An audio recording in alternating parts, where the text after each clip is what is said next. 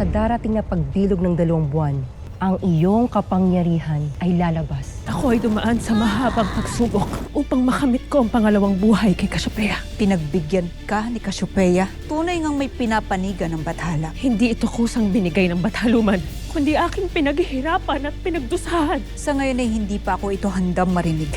Ang nais kong malaman ay kung nais mo rin ba na makiisa sa akin upang harapin si Gargan. Iiwasan mo munang masaktan o masugatan dahil sa susunod na mapaslang kang muli ay hindi ka na muli pang magkakaroon ng ganitong pagkakataon.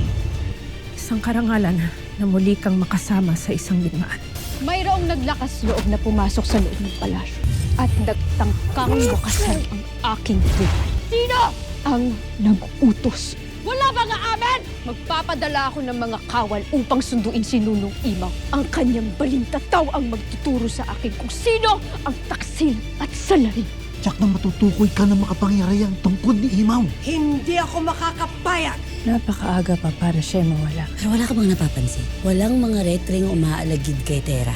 Hindi ko rin batid, Lira. Nakapagtataka nga ang hindi pagdating ng mga retre. Kaya nga ang yun ang nais kong makita. Nais kong malaman kung ano ang dahilan.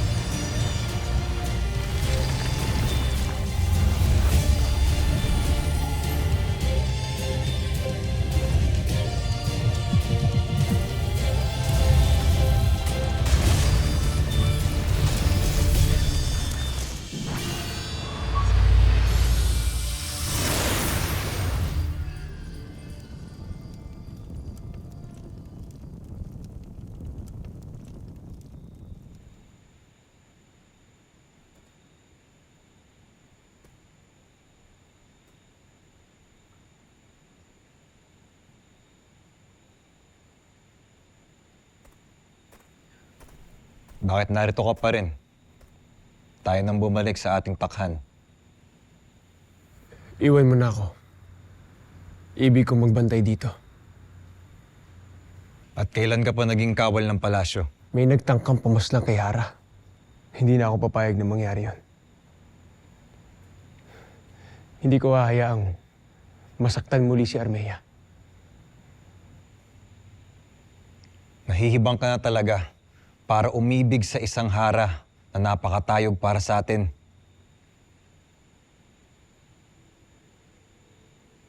Maraming dahilan para humanga ako kay Hara Armea. Hindi lamang siya singrikit ng mga bituin sa langit.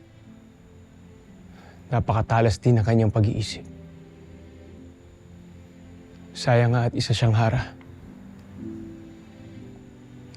Sayang at may nagmamay-ari na sa kanya. Tama ka. Napakatayog nga ni Armea. Ngunit masaya na akong paglingkuran siya. Nasisiraan ka na nga talaga.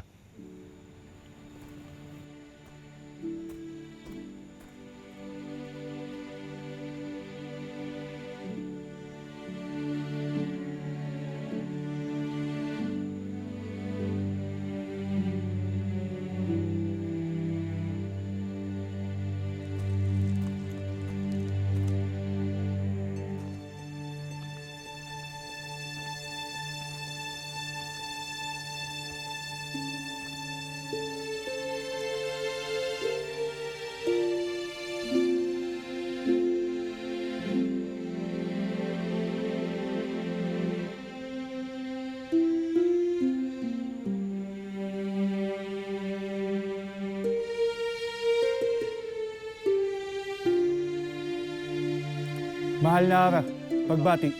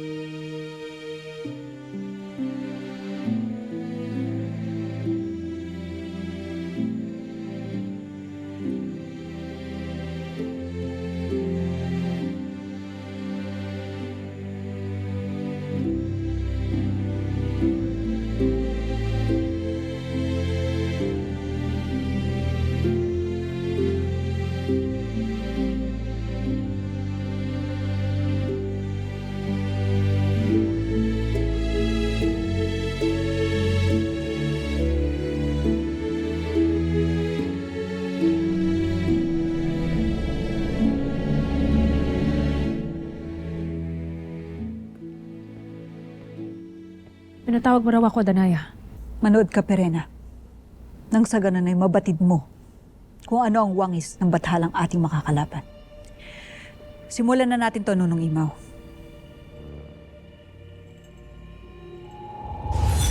O dakilang balintatao, nakikiusap ako na ipakita mo sa amin ang mga nangyari kay Terra sa kanilang pakikipagharap sa masamang bathala. Hina na kayo, mga kambaldiwa.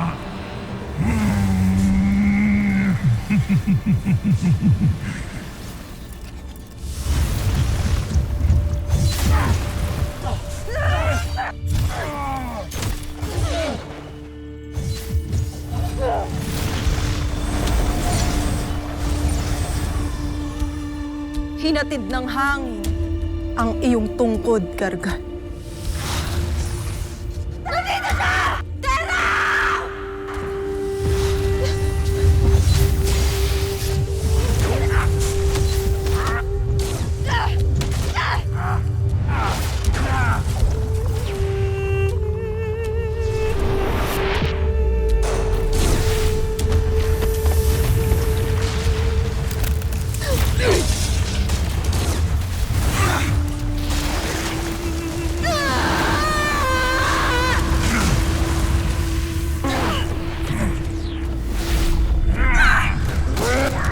Isang pagkakataon pang ibibigay ko sa iyo, Sangre.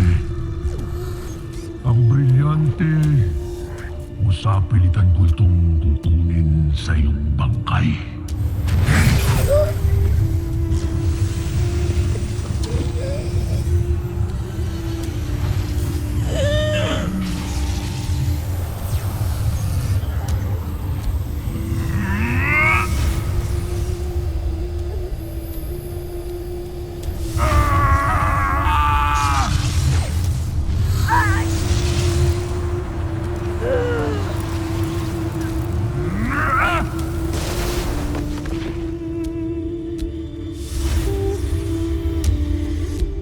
Alam mo na, Perena, ang wangis ni Gargan.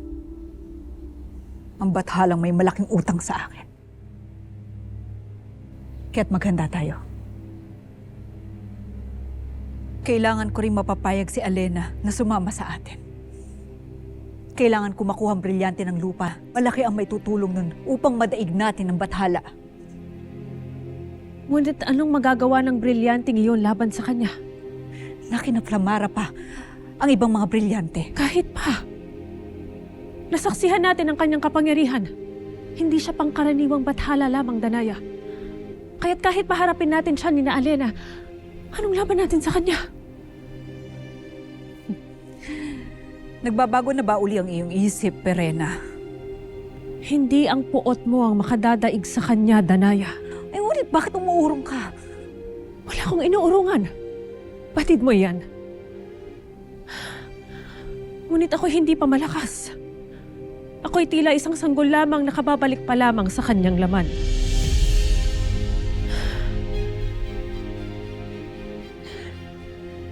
Hintayin natin ang muling pagbilog ng buwan.